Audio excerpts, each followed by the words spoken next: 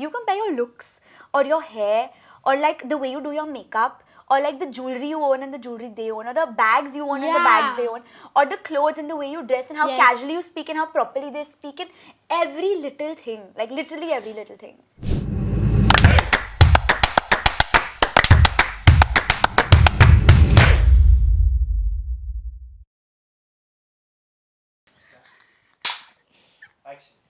Hi, I'm Rhea. And I'm Kanchi. And you're officially part of the Slumber Party squad. So welcome back to the Spoke to Soon pod. It is so hard to think of a new rhyme every time. Oh my god. Double rhyme. That was good, huh? Yeah, repeating of words but double rhyme so allowed. Very few things rhyme with this view. It's very difficult. I think we made a mistake doing this whole rhyme thing. Yeah, even I think. It's cute, but now how much will we think? It's tough. Maybe we can replace the intro in some time because I don't think people understand how much we struggle with the rhyme. The whole team is thinking of a rhyme The best every time. rhyme is the word squad and it's already a part of our intro. So we can never we use it. We can't use it. Yeah. We should try and reuse it though, it's fine. But we can't change our intro. That's like so iconic. Maybe we keep the intro and then say something else after. Like not a rhyme, just like a statement or like a... Do you feel like at this point, because we can't think of new rhymes, it's coming from a place of being done, like being a little burnt out, a little out of it? Yeah, but we're not done with the pod. Oh, no, not at all. We are, listen, don't misunderstand, we are not done with the pod. Yeah, but doing the same thing again and again without any new changes or without bringing something new makes you feel that way. I get it. For sure. Yeah. In fact, I think for us, the pod is something new. Yeah. Like, it's a result, as you said earlier, we discussed this earlier, and she basically told me that this pod is basically a result of us being creatively burnt out as content creators, and that's us being brutally honest, because so many people have asked us like why did we start the pod and what's the story behind it, and they expect like a very emotional, like a very fun thing that we wanted to do something together. Yeah, of course we wanted to do something together, but also I feel both of us have been making content for like 5 years now, and we are doing the same thing every day.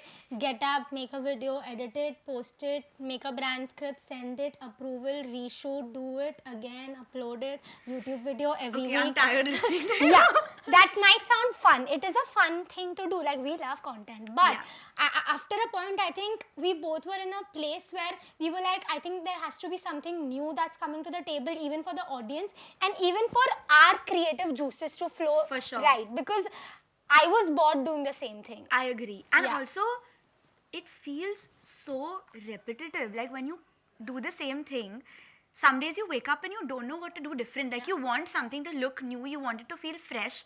And the annoying part is that it's not just us doing it, it's so many people. So when you open a platform like Instagram or YouTube, you see like thousands, lakhs of people doing the same thing, and you just feel like you want to do something fresh.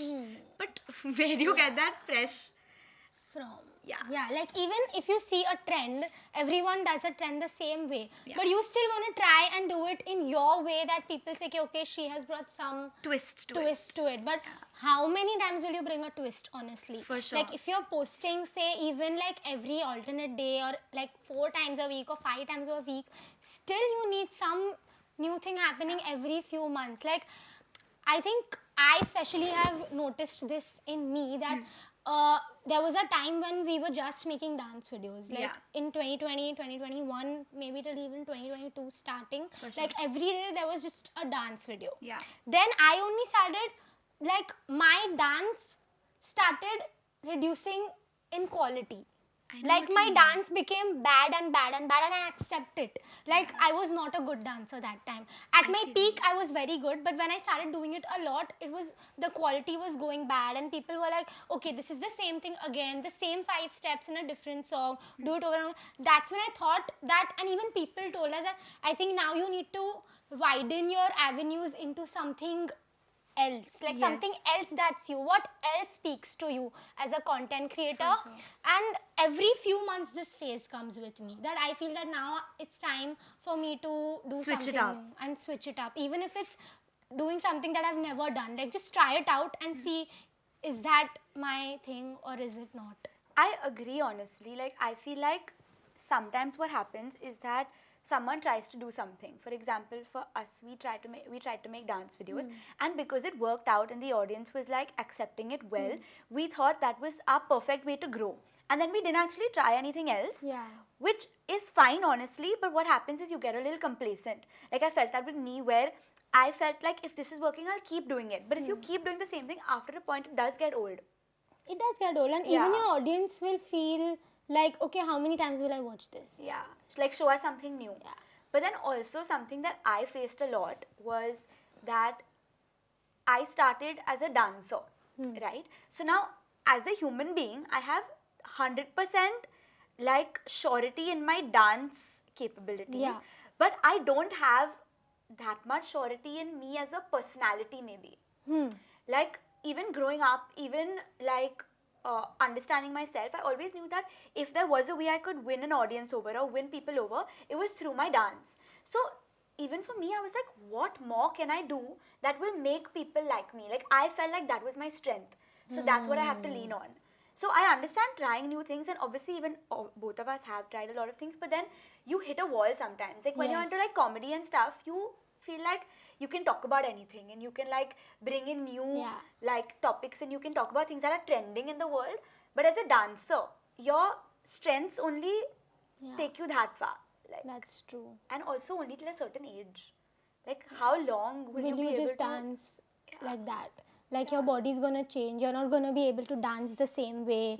And like even like I social media is a place where the younger the generation, the more the views and engagement they get. Like I have noticed this. Like you see younger people now, like younger than us, 16-year-olds, 17-year-olds, their content is amazing. Yeah, I like agree. You should consume that rather get than inspired. someone who is older than you, because they are already done with it. And now you are doing that, but now to upgrade your content and quality, you need to see what the younger generation is doing, because they are the people who are actually following you. Yeah, not you're the right. people who are older than you. And also the people that are controlling the internet at the moment. Yeah. Like because they are majority of the viewers, their like viewership matters, their opinion matters. So yeah, that's very true actually. Yeah. And like there was this phase, I feel for me, the biggest creative burnout of my life came from comparing myself and with others and seeing Bro, Kanchi looks like she's gonna cry. I swear, I'm not even joking. comparing myself with others and Don't cry. I'm not crying. I'm just thinking about that phase in my life. Yeah, so there was this phase when we had started creating content, and it was like 2 years in maybe, and I was growing very well that time. Like, you know what? Guys, I officially broke my crying virginity for the pod. I just cried on the pod. Yeah, for real. Yeah, but I think I should like explain. Yeah, explain your feelings because like they don't know where you're coming from. I feel I got emotional because I haven't spoken about this in maybe 3 years or like a very, very long time. I haven't brought it up with anyone because I was over it. Like I was over that phase. Like I don't have to go back there, but just to give you all context, like when I was making content, initially I grew very fast. Like it was a good growth, like quick growth. I think that time everyone was growing that way. Like during 2020 and 2021, that was the pace that people were usually growing at. But also when you say everyone, that was like a handful of people. Yeah, that was it wasn't as many as there are now. Yeah, like maybe like 20 creators who were doing this. Yeah. So I grew initially very fast, and then came a point when it literally stopped, and how like even if I post consistently, even if I try to make something new, nothing was happening. Like nothing was happening, and I was still giving back the same effort. Yeah. Like I was still making a video every day, posting consistently, not seeing what people are doing. But then obviously there comes a point when you look at everyone, and every single person around me was growing. Yeah. Every single person. Like name the person and everyone was growing, and I was still stuck there. And I thought, okay, what is wrong in me? Like why am I not growing? They are also doing what I am doing, and everyone's doing almost the same thing. Why am I not growing? And I started like blaming it on Instagram or whatever, that it's the algorithm, but I still don't know what the reason is. Yeah. And after that point, I think there was a point of like 1-2 months where I was so low that I didn't feel like making content at all. Like I had almost given up. Don't cry. Yeah. I'm just listening to you. I'm listening to you. Don't cry. I had almost given up on content, and I'm like, okay, this is maybe the peak that I can do. But people around me like really pushed me and told me that, like, look at everyone. Everyone is doing something, and like, it's not sure that you'll grow now. Maybe after 5 years you'll have a type of growth that you've never seen before, or like something somewhere will click for the audience that has not yet clicked. Like maybe you have not like shown parts of you that people might click with. And I started thinking on that mindset and not comparing myself with others. I also put myself in a place where I thought that everyone's followers are growing, my followers are not growing, but I'm still getting the same opportunities as them. This is exactly what I was going to tell you, and I think this is what kept you going for very long, is that regardless of your numbers and your growth and what Instagram was showing you, I feel like the world around you showed you a very different life. Like brands saw potential in you, your audience saw potential in you, like your existing audience is so strong. So I think that is very important, and that kept you going for very long. Like, that kept me going, like till date, that is what has kept me going. And there was a time where, like, at least once or twice a week we would have this conversation where you would have like a breakdown and you would be like, what is happening? Like, why is this not happening? And the fact that, and at that time I used to tell you that it's fine, don't think about it and all. And then now you're the one that tells me that you need to move on, you need to not consider those things. And being stuck in the same place as a creative person is not motivating at all. It's not motivating at all. Like you don't, you're right, you don't feel like creating content or... Even if you're getting the engagement, but if the engagement is not transferring into something, then like what's the point? But then I realized that I never made content for the followers. My first video was posted for fun because I like dancing. I never made it, oh, I want to become a content creator. That was never the thing. It happened and it flowed, and I'm like, okay, this is working, let's do it now. So at this point, you can't back out, and you can't give up, because you have made a community, and that community is so connected, like so connected with you that when they meet you or like you come across them, they tell you the deepest things about you that I'm like, have I ever said that? I'm like, yeah, you said it in your vlog and I watched it. And I'm like, yes, this is why I'm doing it. So I don't care about the number thing anymore. I think we've spoken about this in the content creation episode. That the number thing doesn't bother me anymore. But I will do this for my community, and I will do this because at the end of the day, when I sleep, I feel happy. That I've made a good video today. I've made a good podcast episode today. And I think actually you fought it very well. Like, in fact, from all the people that I know, like everyone has had a stagnant phase, but I think you've had it for very long. Now even I've had it for very long. And I feel like sometimes people fight it for like a year and then they give up. Or they continue making content for a bit and then they're like, okay, now bus. And those people are the few people that end up falling out of content creation. Because you need to see that the people that are successful today have already done this for 10 years. We came when the growth spurt was crazy. But people that are actually making a living out of it today have done it for a lot of years. Like, who are we to give up in 2 years? Like, who are we? Exactly. And literally, bro, people who have done it for 10 years might have gone through so many phases, like TikTok getting banned, or Instagram changing its algorithm fully, Reels coming out and no IGTVs and no long form. Like, they might have had to reinvent themselves so much. Times. They would have had like 1,000 creative vlogs until now. Bro, and imagine at least we are in a place where we get to monetize it. Right now, no matter if you have 5,000 followers, 100,000 followers, 1 million followers, everyone is making money from the platform. There was a time where this platform was not like a place you could come and make money at all. So these guys have done it for 10, 12, 15 years. Maybe half of the time they never made any money. Mostly they didn't only. So at least we're getting some sort of reward in return. That's what keeps you going, I think. I feel like actually something that you did, which I noticed, that helped you like get out of this rut of feeling like complacent or stuck or feeling like life is not moving for you. I feel like what you did is you switched up your real life. a lot of people try to switch up their videos or try to switch up their content, but you changed your routine. Like, you made certain things in life good habits. Like waking up early and making your morning like super productive, or like making series every festive season. Like, you went back to things that you know made you happy, and you did it not in content, and you did it repeatedly. So that consistency in life comes up even on camera. How you are, I mean, everyone can pretend for however long they want, but eventually everyone's best advice is be yourself. Everyone says this all the time, that you need to be yourself. So if you want to make a change, like in your YouTube vlogs, or make a change as a personality on camera, first it has to happen in real life. You can't show that you're doing something for the 30-second video. Exactly. And it really comes across, and when the right time comes, it will show. Hopefully.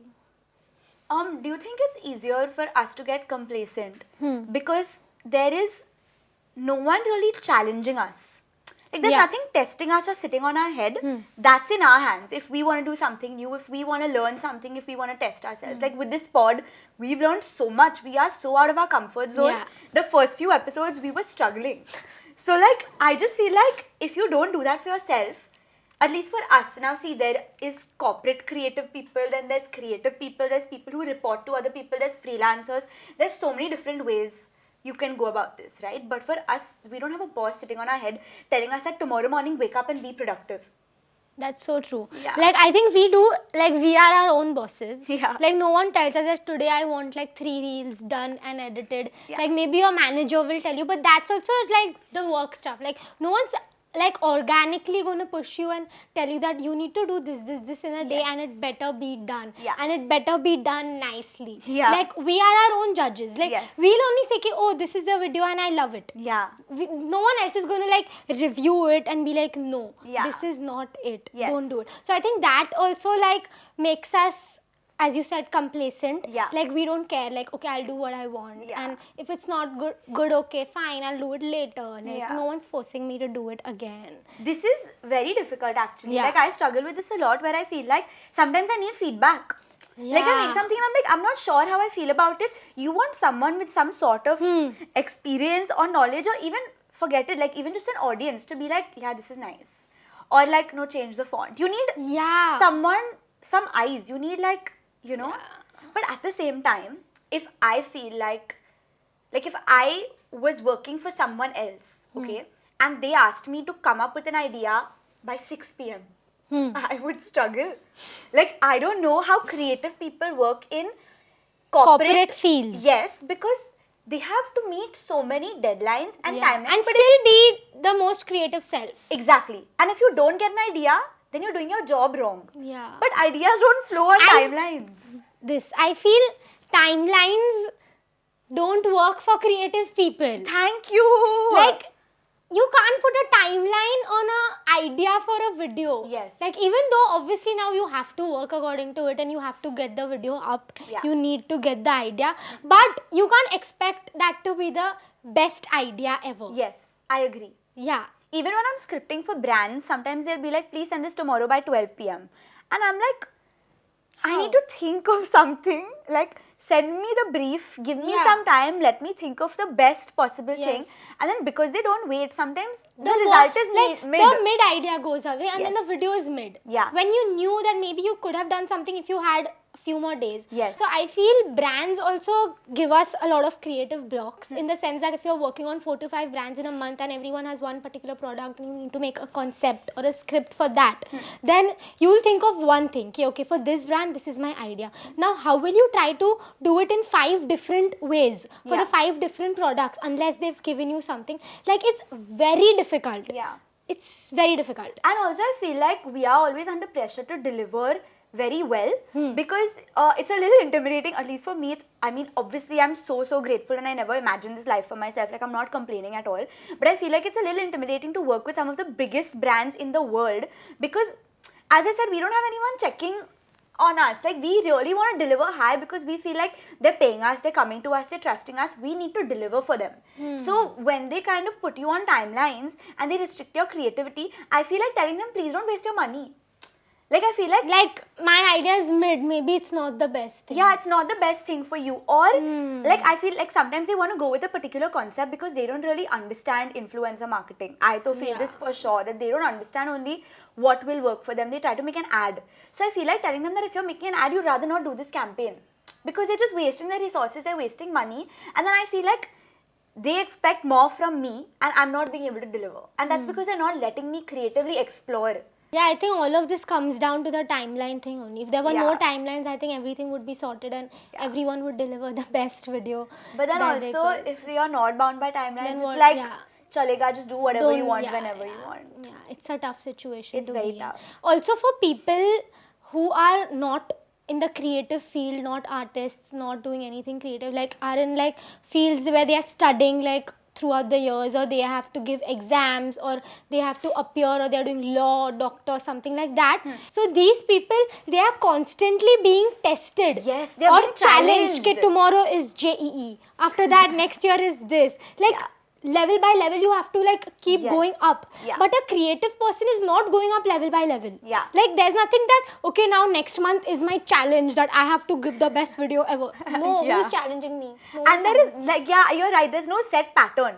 But I think genuinely, what's been helping me at least, I'm not saying my ideas have gotten better, I'm still very, very creatively burnt out, but I'm working towards this, like doing different activities. Like even that 20 minutes, taking out that 20 minutes to make coffee in the afternoon, where my mind is turned off and not thinking about content, kind of gives you like ideas. It sounds crazy. Yeah. But when your mind is turned off, it gives you ideas. The best ideas come to your mind when you're sitting in an empty room, quiet room, and staring at a wall.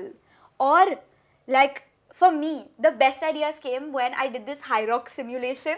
I was like stressing out about doing it. I did it for someone else's video. But those 45 minutes, I swear to God, were the least stressful of my life. And I'm not a very like go to gym, workout type of person, but I get it.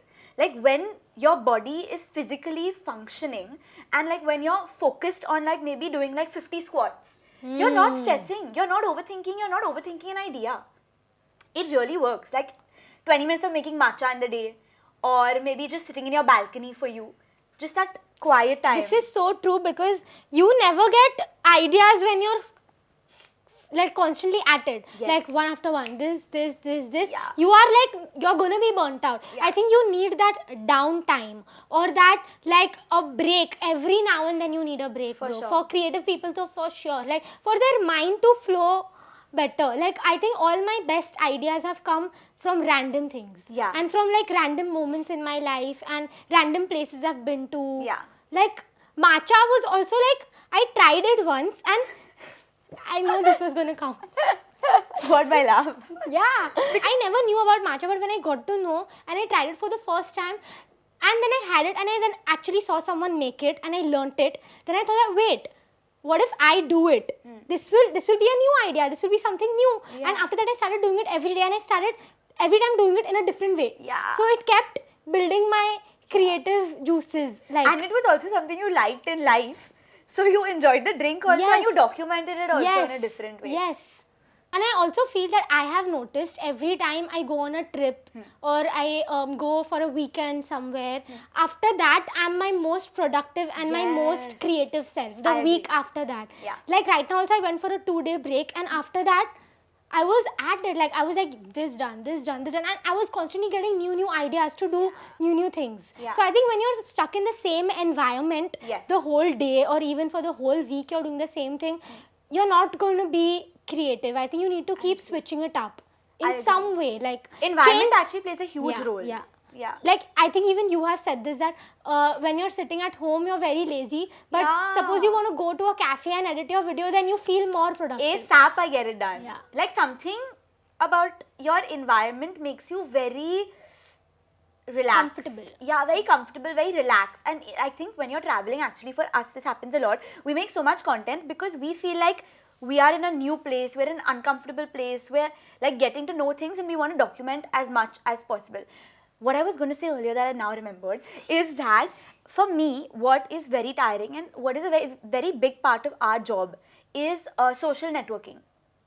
I'm not saying I don't like meeting people. In fact, I feel like we get to meet some of the coolest people. Like it's damn cool, and I feel very cool also meeting them. But at the same time, when I come back from that interaction, I'm so tired because I put in so much effort and like just like I put in so much to have a good conversation. I'm not saying it doesn't flow. Sometimes it doesn't flow. Yeah. But I just feel like it's so tiring. Like in a week, if I go to 2 or 3 events, That's done. my quota is khatam. Like it's done, and I feel like this. Now again, to bring in the corporate side of it, we haven't experienced it. Like I'm just speaking from like what I think.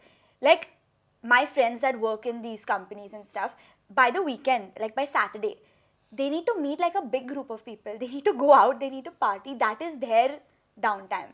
But because we've done it so much in the week, on the weekend, I'm like, I want to sit in my room alone. I don't want to do anything. Yeah. So I guess what gets your creative juices to flow is different also depending on your environment and what you do.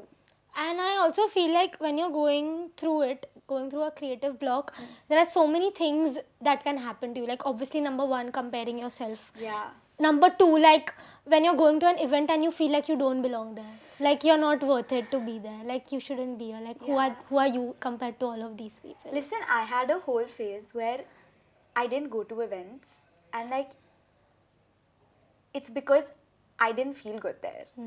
Like I felt like I need to do more, make more, make myself worthy of being there, and then I can go. Because that room is full of, like I said before, such talented people, such hardworking people, and sometimes you feel like you don't belong. Yeah.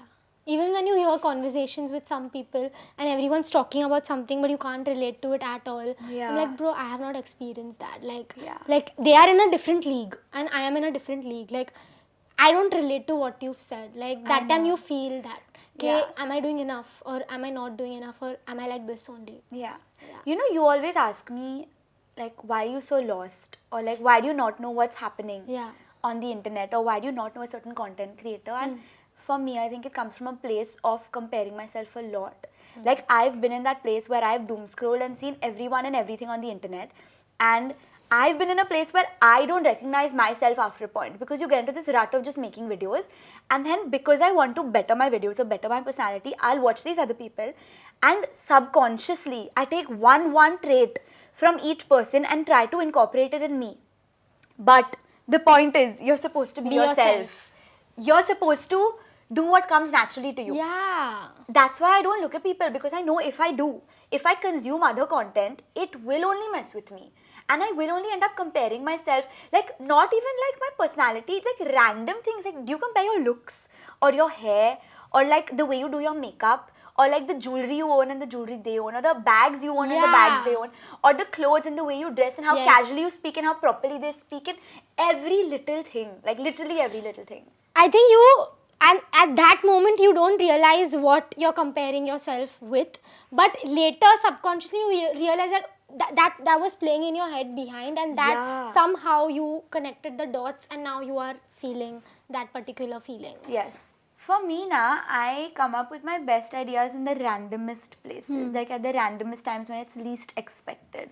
Like I will literally choreograph a whole dance in the shower and then I'll come out and I won't remember it. But in that moment, it's like flowing. This happens. I think this is a thing with every creative person. Like they will always get the ideas in the most random places. Like even if I'm listening to music and I like a song, that time I'll think of 5 different steps. But when the actual time comes to do the dance, I don't know the steps and I'm like, now what do I do? What was that step that I did? Yeah, like that moment when the creative thing hits. Yeah. Oh, sorry. Hits. When the idea hits, it hits.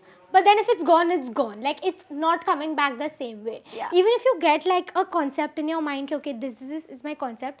Unless you speak it out loud or you tell forget someone, about it. And you forget it and then it's not coming back. This happens to us all the time when we're choreographing dances and I do something when the music is playing and then you're like, wait, what did you do? And I'm like, I don't remember. It just so I'm like, please pay attention when I'm dancing. Yeah, like it just happens in the flow. Yes. Like you're not even thinking about it or planning it to do it like that. It just comes because your body or your mind is used to that flow. Yeah. Listen, you know, this is why I find it very hard to be creative when restrictions are put on me. Like, when we get brand mandates, so just to explain to you guys how maybe a brand campaign works in like the content creator industry, they give you like a brief and a deck, and they tell you need to wear certain colors, you need to use certain fonts. Those are all like superficial things, they're fine. But the things, like when they restrict you on like what language to use, or your tone, or how to speak, or what to include, what to not include, like, and they also give you certain USPs and terms that you have to include in your content, then it's very difficult because certain language is not normal to us. True. We wouldn't naturally say it, we wouldn't naturally talk about certain topics. So when they restrict you, your creative juices flow lesser. First of all, you're already trying to make an idea out of scratch. You Yes. don't know what's happening. Yeah. And then there are these mandates on it. Ke, no, you cannot be like this. The video has to be a happy mood. Yes. Mood has to be this. Outfit has to be this. You are going to feel restricted. Yeah. But I also feel that sometimes when these restrictions come in, like there are these 3-4 mandates, and if you deliver a great video and a very nice creative video, that means you're actually so creative. Like, Yeah, you can you're right. work out in You're that right. situation. Yeah. That means you're like. That means you can do it in any situation. Yeah. I think I that's agree. testing your creative juices. What we spoke about earlier, what is Yeah. testing us? Nothing is testing us. But these are the things that are actually testing us. You're so right. When they about tell you, this. okay, you have to do this video in an outdoor setting. Yes. Now I'm thinking, okay, how can I make this concept outdoor? Like, how is that going to work out? But when you actually do it, that's when you're being creative. You are so right. I've never thought about this, but in a way, the mandates do challenge us a lot. Yes. And they do put us in an uncomfortable place to deliver well, even like when we're restricted. You're so right. Even I feel my creative juices are challenged when I am like maybe doing a brand which I have never like, kind of product that I've never worked with. Suppose I'm very used to doing This literally just happened to me. Used to doing it like makeup, skincare, lifestyle. But when something random comes in and I'm like, bro, I don't know how I am going to put this in my content. Yeah. That time I'm like actually obviously thinking about the idea, like what am I doing? Yes. But that's when I'm getting challenged. You know why, I think, is because when you are in one niche, okay, or when you make the same sort of videos, like take us for example, we have a few videos that we always go back to. Maybe it's like a chatty get ready with me, or it's a dance video, or anything of that sort, okay. We know that if a brand comes to us, we can pitch one of our existing ideas to them and do it with a twist. What happens in this sort of situation is that you don't figure or you don't find a Wow. you don't find a fault in your work because you feel like now I've already made 100 of these, this is an autopilot mode for me. There is only nothing wrong with the video, which is why you don't get more creative with it. You already have a set pattern, you have a set thing, and you keep doing the same thing. Like this IP is working, isme integrate kar lo. Yeah. Like it's gonna happen. Yeah. I think and every time that's not gonna work. That's there not has to be a point when you step up and be like, no, today it's gonna be a fresh day. A fresh concept has to come up. Yes. I have to deliver something more creative than I usually do. Yeah. And that's when you're challenging yourself. Yeah, and I think in a way, plugging the Manav episode, go watch it. I think in a way Manav gave us very similar advice where he said that after a point you have to try something new. Yeah. Even if you start with your strengths, which for me, for example, was dance. Even for you it was dance. After a point you have to experiment and try something new, get out of your comfort zone so that things start to make sense. Yeah, that's so true. Yeah. Go watch the Manav episode, guys. I feel like we really deep dived into this conversation. Yeah, because I think we are very personally attached to this creative vlog thing, and this friend of ours keeps visiting us every few months. The creative blog. It's not our friend. It's not our friend. Yeah, but when you actually overcome it, and after that rough patch of say a week or 10 days, when you're back at it, there's no feeling like that. I agree. There's no better feeling for sure. And when you actually see a video and you're proud of it. Yeah. Like sometimes I feel we just make videos because we have to be consistent. For the consistency. But when you make a video, you like it, you're watching it on loop, it's a different feeling. It's a You're different right. feeling. And when the audience also actually likes it. Yeah. Yeah. Okay.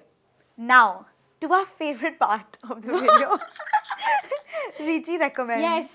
Guys, today Rhea has messaged me in the morning, keep RheChi Recommends ready because I'm forgetting every time and I had to keep it ready. And I have a list. Same, sis. You have a list? Like I've just written a list down so I remember for future episodes. Okay, fair. Like I need to do that. Like look at my list. I'm also ready. But this is not related to creative block. It's just RheChi Recommends in general. Okay, let me start because mine is on this topic. Oh wow, you okay. found related to No, actually, there is this one content creator that I follow, and I love her. Like every time I'm feeling down or creatively blocked, I go to her page just to draw inspiration to understand certain concepts. And her name is, I feel like I really built this up. Her name is Emily McDonald, and her Instagram handle is M on the Brain. Ooh. And she literally has the craziest page. Okay. She's a neuroscientist.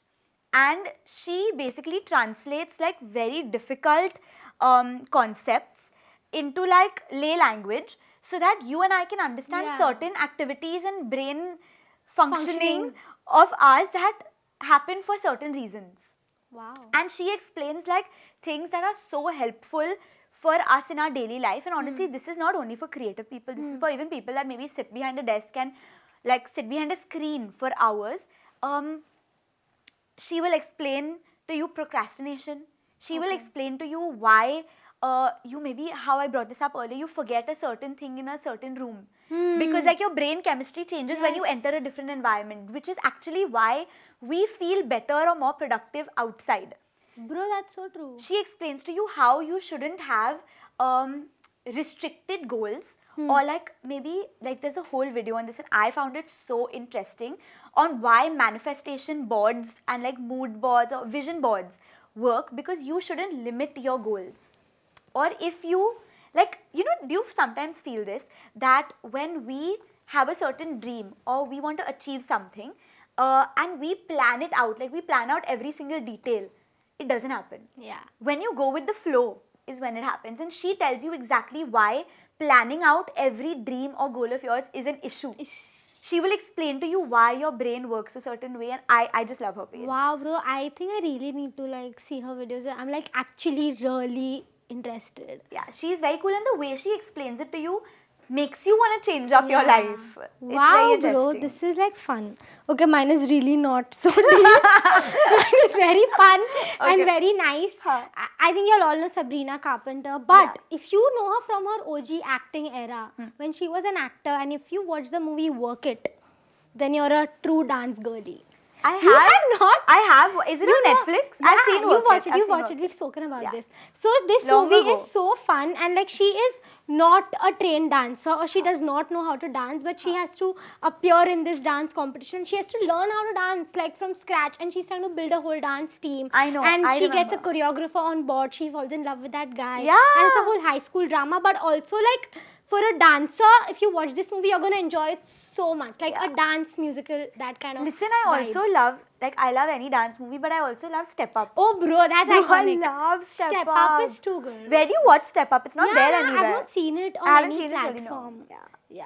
Step Up is too good Yeah. also. But Third RheChi recommend in one. Oh, wow. But I want to say that people think that Sabrina Carpenter is famous now, but bro, she's been iconic since she was a kid. Like she was a OG in these movies. Like Was she a Disney actor? yes, she was a Disney actor. She was a child Disney actor, and then she grew up, and then music came in later. Kind of like Ariana Grande. Yeah, literally like that. And Selena Gomez. Yeah, sick, All very of these cool. Disney girls are doing too good. Yeah, Disney girls are I iconic. love Disney girls. Yeah. Okay, I think we need to end the episode here because we need to eat and we're very hungry. Yeah. But thank you guys for watching. Like, share, subscribe, comment, follow us on Instagram, follow our personal accounts on Instagram. You know, now we need it. And No, huh? Don't follow for that reason. subscribe to Spoke to Soon Pod on YouTube. Listen to it on Spotify. What else am I Rhea has missing? done it. Thank I'm not God. going to say anything. No, you have to say one line. See you same time. Same place. Next week. Yeah. Because I do the first part now, I do the so I second don't know part. what you say. Okay. Chal, see you. Bye. Bye.